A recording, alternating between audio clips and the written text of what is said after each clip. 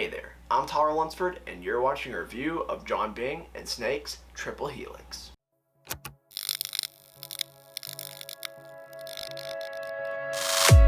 What is up, you beautiful people? My name is Tyler Lunsford, and welcome back to another magic trick review here on the channel. Now, if you're new here, then definitely please consider subscribing and take a look around the channel at my past reviews. Now, if you are new here, then welcome. Thank you for stopping by and spending some time in today. I really do appreciate it, so thank you so much for that. Now, if you are here, then you're probably wanting to know about Triple Helix, and I'm super glad to talk about it. I mean, this is something that looks crazy visual. It's got a lot of hype on the market right now, so you want to know, is it good? Is it bad? Well, I'm going to tell you everything that you need to know before you decide to purchase it, so you can see if it's right for you, because I want you to spend your money how you want to spend your money. I want you to spend it appropriately because you work hard for your money. I know you do, and we're going to make sure that you spend it appropriately. So after watching this video, let me know what you think about this product. But without any further ado, I'm going to quit rambling, and we're going to get into a magic review for Triple Helix right now. First off, you need to know what actually is Triple Helix. Well, Triple Helix is going to allow you to make a deck of cards visually appear out of thin air, and since being teased at Blackpool 2020, magicians have been begging for its release,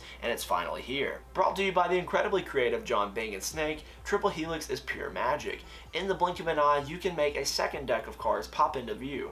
This visual masterpiece will have your audiences speechless. Stop what you're doing, scroll back up, watch that trailer before you go any further, because that same incredible feeling you have when watching it is the same one your spectators have every time. As you can see, Triple Helix looks great on Instagram, TikTok, or Omegle. However, with manageable angles and a quick reset, it can also be used for street magic or close-up. Let's talk about what you'll be receiving if you decide to purchase Triple Helix. Well, you get a tutorial video online that's about 20 minutes long, and on there you'll learn how to actually perform Triple Helix. You'll get a touch from, I believe it's Patrick Kuhn, that's going to tell you how to make the box, the final box, at least look more examinable. Not completely examinable, but at least look more friendly for all of your angles. And you'll also be getting the tutorial on how to adjust one of your boxes, because you do have to do some slight DIY for something to make this trick actually work completely. So you will be needing to do just a tiny bit of DIY, so just be aware whenever you purchase this, there is a little bit of DIY that needs to go into it. It's probably going to take you about 10, 15, 20 minutes to do, but once you do it that one time, you're done. You don't have to do any more DIY after that. Now that you know what Triple Helix is, and you know what you'll be receiving, let's talk about some more questions you may have, such as how difficult is it to perform?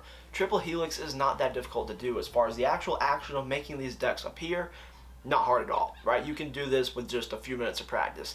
The hardest part about this is managing your angles, because you are very angle sensitive. Your spectators need to be watching from like one corner, like diagonally, like 45, 50 degrees looking at this box. If I'm holding a deck of cards, right, they need to be looking at diagonally this angle. They cannot be looking around here or anything like that. I'm doing a lot of hand movements,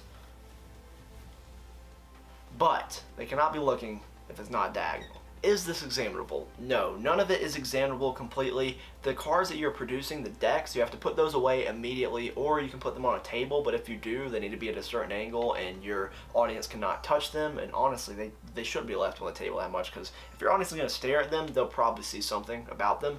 So just put your decks up immediately after you produce those two. The final one you could take the cards out of, and there's a way taught to make it examinable to the eyes. Now that, what I mean is just you could sit the deck on a table and people could look at it all around and it'd be fine, they wouldn't see anything, but they can't actually hold it, like go digging around with it. They might find things, but just to the eyes you can make it examinable if you do that additional thing.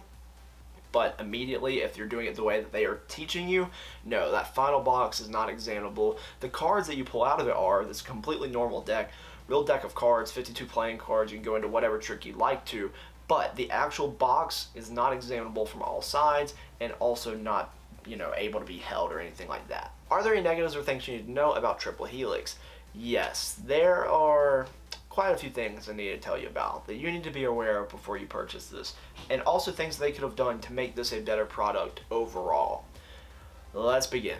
The first negative I want to focus on is that this is very angle sensitive, and even if you do it in real life, I mean, Patrick Kuhn said that it was like really visual and practical, and practical, like, I don't know about that one. Practical to an extent. The reason I say that is because your angles, like, you're so angle sensitive, and you have to put those decks up immediately that you're producing. You're like, hey, want some more cards? Produce. Never mind, you can't see them, put them away. Produce. Never mind, you can't see those either, put them away. Final deck of cards. you can't see this box really, you can't really hold it, but you can examine the cards, which I guess the heat's on the cards after that if you go into something. But just be aware, your angles, 45 degrees, you need to be like you have to manage your angles to a very small space, right? It's not like in front of you, it's like diagonal of you, like this area. So it's not completely 180 or anything like that at all. It's like 45, 50, 55, 60, something around there, those degrees. And that's just really restrictive. Second of all, the tutorial video. Let's start by Snake. Like, I love Snake, right? He puts out some really cool gimmick magic, and I love gimmick magic, so I do like all that stuff that he puts out. But this tutorial video, and I know that he's been working on his English, which is awesome, and the English in this video is perfectly fine, because it's voiced over by someone. But they didn't fully, like, zero out his audio when he was speaking in Spanish, so it's just kind of like it's just a little bit of Spanish in the background at the dead points of the person that's speaking English not speaking, which is, it's not that big of a deal, but it was still just kind of distracting at some points where it's like, I'm trying to listen to the dude in English, and also, like, at a very small volume, I hear Spanish. So just, I would really like it if they just totally eliminated the Spanish talk if they're going to voice it over in English. Like, just zero out his audio. We don't need that. Or make a separate tutorial video in Spanish, and then have his audio all the way up, and you don't need a voiceover. But just, if you're going to make an English tutorial, don't have any Spanish in the background, no matter what volume it is. It was just a little bit distracting. Another thing about the tutorial video, like 90% of it is gimmick construction or ideas to make your gimmick better. Like maybe 3-4 minutes of this 20 minutes is telling you how to actually do the trick. Now, it's not a difficult trick to do as far as the actual action of making the boxes appear, right? But, so it doesn't need like a ton of instruction or anything, but I just wish that for the tutorial video, if you're going to go into gimmick construction, at least talk about how to make your own, because people might want to customize these to their own card boxes. Maybe they don't use bicycle standard. I mean, you can customize that last box to be whatever cards you want to, but I'm talking about all 3 boxes. I would like a tutorial on how to actually make my own gimmick if I want to make a, maybe it's a, I don't know, tally-ho deck. Maybe that's what I use. If you do a lot of DIY gimmick building, you can figure it out. Like, you can make your own.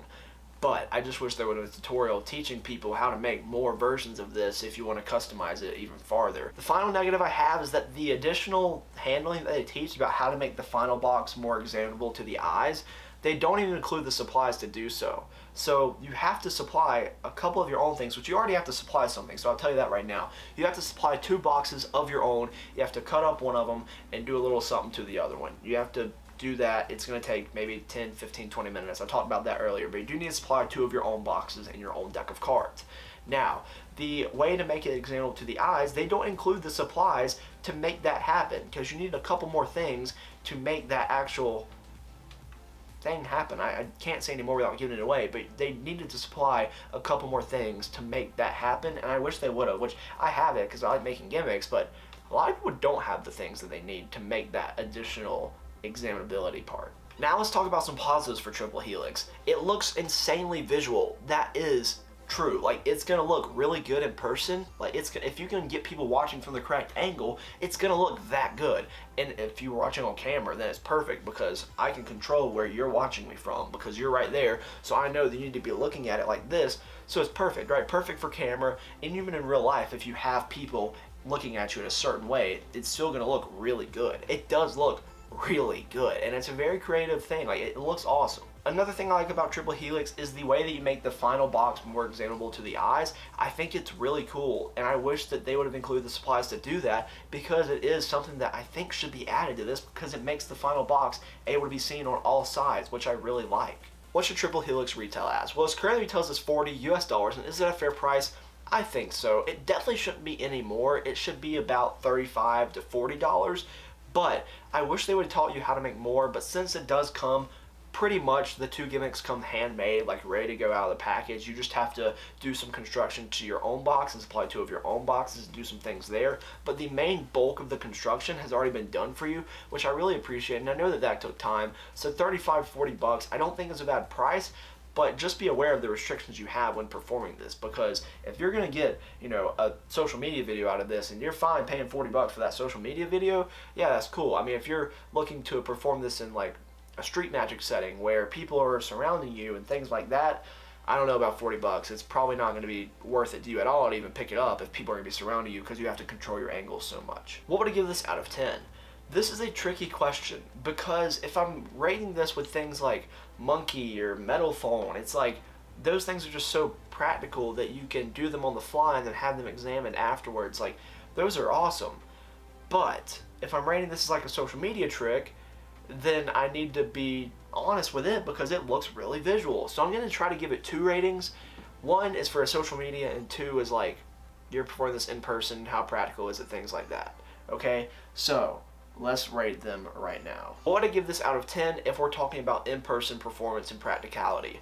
It's gonna get like a 7 out of 10 or maybe even a 6. Like, this is something that is not necessarily that practical because you do end with a deck that's examinable, like the actual cards you pull out of it go into whatever you want. I think you just need to be able to ditch the boxes that you're using quickly and get the heat off of them, which is pretty much where it's gonna be. Get that heat off of those boxes and then go into something else immediately, so that way you can just start showing them a card trick and they forget, you know, oh, that was a cool visual, but hey, look, I have a deck of cards, I'm gonna do something else. That's what you need to go into. So I think it does deserve like a decent score because the visual looks good in person if you can control your angles, but there's so many things I need to knock it off for the angles, examinability, and the tutorial video and things like that. That's why it's getting like a 6 or a 7. What would I give this out of 10 for social media? I think for a social media score, this gets a 10 out of 10. I mean, it's perfect. This is something that the visual just looks killer. The fact that you get to pull out the cards out the end of the final box and, you know, show people, hey, there's really 52 cards and you can dribble them or like fan them or whatever you want. Do another trick. Honestly, use this as an opener for a social media trick and then go into another visual trick using the actual box. It's just really cool, and I think that this is something that's going to pop off on your social media. Honestly, people are going to love the visual. But for in person, that's why I gave it another score, because practicality and examinability and angles is a whole nother thing, but with the camera you don't have to worry about that. So that's why I'm getting those 2 different scores. Thank you so much for watching this video all the way to the end. If you feel that Triple Helix is for you and you want to purchase it, the link for it is in the description down below. Also in the description is a link to my Instagram page. There you can follow me on Instagram at TarLensRMagic. There I post all sorts of behind the scenes, Q&As, sneak peeks, and all sorts of things like that. Polls so that way you can participate in the channel and let you know what's coming up or get your input. I love to hear what you all have to say. So thank you so much if you do follow me, and thank you so much if you're actually watching me talk right now. If you listen to me talk this whole video and you're still here, thank you. I really do appreciate you and anyone who watches my videos. So thank you, thank you, thank you. Also, thank you to Snake and To Me Magic for allowing me to have this product so I can do this review for you people out there. And hopefully I'll see you in another review that I post sometime soon. See ya.